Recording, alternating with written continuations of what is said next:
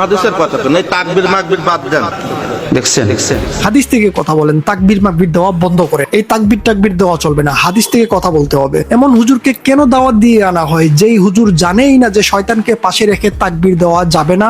না, এই ধরনের বক্তাকে কোনোভাবেই দাওয়াত দেওয়া যাবে না, যেই বক্তা বুঝে না যে পাশে শয়তান রেখে তাকবীর দেওয়া যাবে না। একবার চিন্তা করে দেখেন যে মূর্খতার লেভেল কতটুকু বেড়েছে। তাকবীর মাকবীর নাকি দেওয়া যাবে না। আল্লাহু আকবার অর্থাৎ আল্লাহ মহান, এই আল্লাহ মহান কথাটা শুনলে যাদের ভেতরে চুলকানি হয় তারা কিভাবে মুসলমান হতে পারে? সব দোষ হচ্ছে মাহফিল কমিটির, যারা মূর্খ শুল্ককে এনে আলেমের পাশে বসিয়ে দেয়।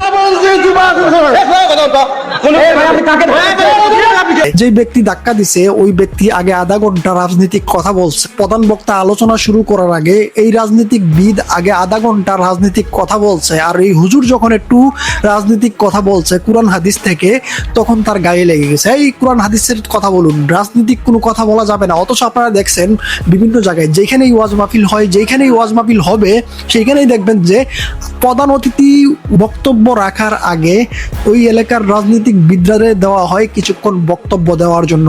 প্রধান অতিথিকে বসিয়ে রেখে ওই এলাকার রাজনৈতিক বিদ্রা আধা ঘন্টা রাজনৈতিক কথাবার্তা বলে, বুট ভিক্ষা চায়।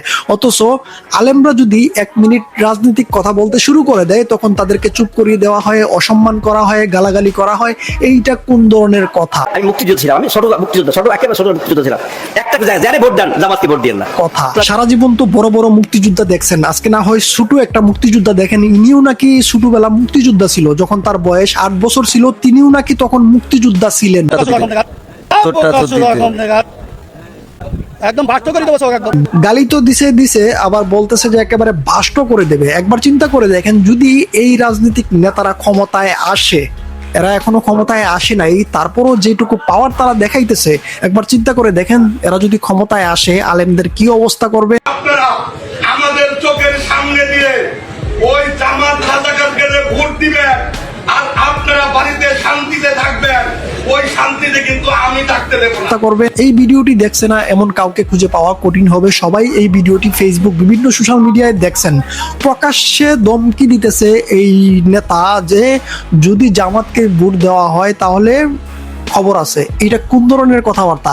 বিএনপির এমন অনেক নেতাকর্মীকে দেখছি এই ধরনের কথা বলতে। তারা প্রকাশ্যে তাদের এলাকার মানুষদেরকে হুমকি দিচ্ছে যদি বিএনপিকে ভোট না দিয়ে জামাতকে ভোট দেয় তাহলে খবর আছে। আমি যতটুকু জানি যে 17 বছর আওয়ামী লীগ এই দেশের ক্ষমতায় ছিল, তারা কখনো এই ধরনের কথা কাউকে বলে নাই। কোনো এমপি মন্ত্রী এই ধরনের কথা বলছে কিনা আমি এটা জানি না। শুধু একজন নয়, আপনারা এরকম কয়েকজন বিএনপির নেতাকর্মীকে দেখবেন যারা প্রকাশ্যে হুমকি দেয় তাদের ভোটারদেরকে যদি বিএনপিকে ভোট না দিয়ে জামাতকে ভোট দেওয়া হয় তাহলে খবর আছে।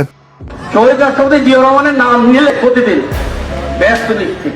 শহীদ রাষ্ট্রপতি জিয়াউর রহমানের নাম নিলে প্রতিদিন জান্নাত নিশ্চিত, বেহেশত নিশ্চিত। এই কথা যদি কোনো জামাতের নেতা বলতো তাহলে কি পরিমাণ ট্রল করা হতো, ওইটা নিয়ে একবার চিন্তা করে দেখছেন? আমরা ধানের শীষে ভোট দিলে আমরা জান্নাত পাবো, এটা আমরা বলতে করে দেখছেন? ধানের শীষে ভোট দিলে জান্নাত নিশ্চিত, এই কথাটা যদি কোনো জামাতের নেতা বলতো যে দাঁড়িপাল্লায় ভোট দিলে জান্নাত নিশ্চিত, এরকম কথা যদি কোনো জামাতের নেতা কর্মী বলতো তাহলে এতক্ষণে কি পরিমাণ ট্রল করা হইতো তাদেরকে নিয়ে, কি পরিমাণ সমালোচনা করা হইতো তাদেরকে নিয়ে। বলা হতো তাদেরকে ধর্ম ব্যবসায়ী।